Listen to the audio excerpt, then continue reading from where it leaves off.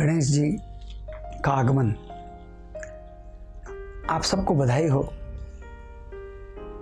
ये विघ्न क्या है जीवन का, किस विघ्न को हरने गणेश जी आ रहे हैं? बहुत स्पष्ट है। विघ्न ये है कि इस देश का जो आधारभूत आध्यात्मिक नियम है वो है उत्सव। अगर एक शब्द में हमारे देश के अध्यात्म की का सार देना हो तो वो है उत्सव। यहाँ कृष्ण है, वो नाच रहे हैं। यहाँ गणेश जो हैं वो आते हैं अपने साथ उत्सव को लेकर के। उत्सव आ जाए तो सारे विघ्न चले जाते हैं। पर हम उत्सव भूल गए, इसलिए बहुत ज़रूरी है कि गणेश जी को आप घर लाइए या घर में गणेश जी को बनाइए और सुबह शाम आरती कीजिए, क्योंकि वो जो आरती है वो आप कर रहे हैं, वो उत्सव है। पर अभी उत्सव के नाम पर क्या करते हैं आप? दिन भर में कब उत्सव मनाते हैं? समझिएगा, उत्सव और मनोरंजन में जमीन आसमान का फर्क है। हम दिन भर के थके मांदे क्या करते हैं? हम मनोरंजन कर लेते हैं, हम टेलीविजन चालू कर लेते हैं या हम मोबाइल पर वेब सीरीज देखते हैं। ये मनोरंजन है, मन का रंजन है, पर ये उत्सव नहीं है। वहां पर आप स्क्रीन पर किसी और को गाना गाते देखते हैं, किसी और को प्यार करते देखते हैं, किसी और को झगड़ते लड़ते देखते हैं। आप तो बैठे हैं, आप तो पैसिव हैं, निष्क्रिय हैं, आप कुछ कर ही नहीं रहे। उत्सव जिसमें आप शामिल होते हैं, जब आप गीत गाते हैं तो वो उत्सव है, जब आप नाचते हैं तो वो उत्सव है, जब आप आरती करते हैं तो वो उत्सव है। मगर गजब के लोग हैं साहब, लोग तो ये कर लेते हैं कि वो आरती करने के लिए भी कोई पंडित को बुला लेते हैं। अब वो जो आपके और गणेश जी के बीच का मसला है, उत्सव की बात है, वहां पर भी कोई एक पंडित आके खड़ा हो जाता है, एक नौकर बुला लिया आपने। कम से कम वो आरती तो आप कीजिए। और फिर कौन सा मंत्र और क्या मंत्र, आप हृदय से गणु भी कह देंगे, क्यों गणु कैसे हो, तो गणपति खुश हो जाएंगे। पर आप एक किराए का आदमी लाते हैं, वो संस्कृत के पता नहीं कौन से मंत्र बोलता है जो कभी भी आपको समझे नहीं और उसको भी पता नहीं समझे कि नहीं समझे। तो हमने हमारे हर काम के लिए कोई लोग रख लिए हैं। प्यार करने के लिए हमने कुछ हीरो हीरोइन रख लिए हैं, गीत गाने के लिए कुछ अच्छे गीतकार रख लिए हैं, गीत लिखने के लिए कुछ अच्छे लेखक रख लिए हैं। सब हमारा काम जो हमारे जीवन का उत्सव है वो दूसरे कर रहे हैं।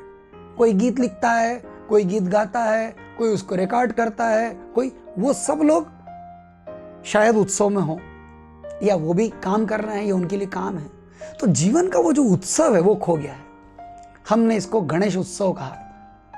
आज तो परिस्थितियां कुछ और है। बाकी 10 दिन हम जगह जगह बड़े पंडाल लगाते, बड़े स्टेज लगाते, बच्चे उस पर नृत्य करते, नाटिकाएं करते।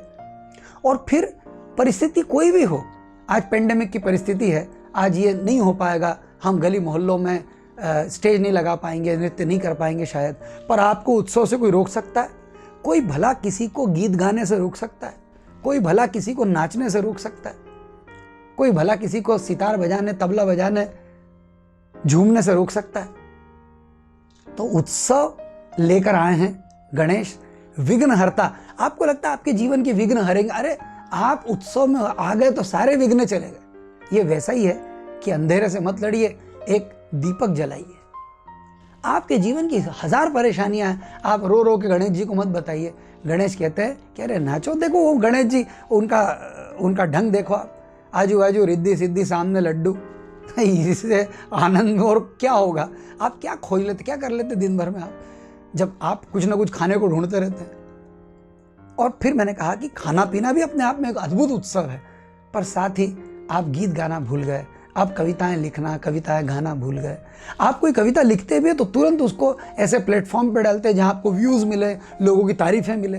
फिर एक हाथ कोई किसी कोने में बैठ करके लिख देता है कि अरे ये तो मूर्खतापूर्ण लिखा आपने, तो आपका मन खराब हो जाता है। नहीं, ये कविताएं मैं अपने लिए लिखूं, ये मेरा अपना उत्सव है, मैं गीत गाऊं अपने लिए। पर लोग गीत गा रहे हैं, फिर उसका वीडियो बनाते हैं, फिर उसको प्रकाशित करते हैं जगह जगह मीडियाज पर वो गीत।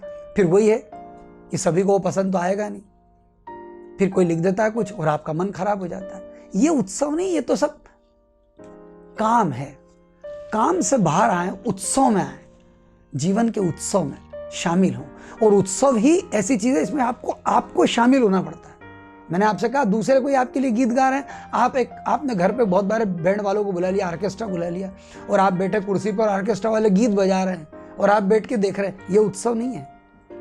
जब आप गाते हैं, जब आप नाचते हैं, जब आप झूमते हैं, जब आप कोई वाद्य बजाते हैं, वो है उत्सव। तो गणेश जी घर घर में विराजित होते हैं। और एक बड़ी मज़ेदार सी चीज़ है कि सुबह शाम हमको उनकी आरती करनी है। वो सबसे सुंदर हिस्सा है ये पूरे उत्सव का। इसलिए जब मुझसे पूछा गया कि हमारे जितने भी संस्था है वहाँ गणेश जी बिठाएं कि नहीं बिठाएं, कि घर पर, तो मैंने कहा ज़रूर बिठाओ, क्योंकि कम से कम उस बहाने सब घर के लोग इकट्ठा होते हैं। और अगर नहीं होते हो तो होना चाहिए, सब घर के लोग इकट्ठा होते हैं। एक व्यक्ति घंटी बजा रहा है, एक व्यक्ति कुछ और डफली बजा रहा है, तो कुछ 2-4 लोग गा रहे हैं, और इतने भाव से ये उत्सव के क्षण गणेश हमको देते हैं सुबह शाम। और क्या फिलॉसफी इस देश की अद्भुत।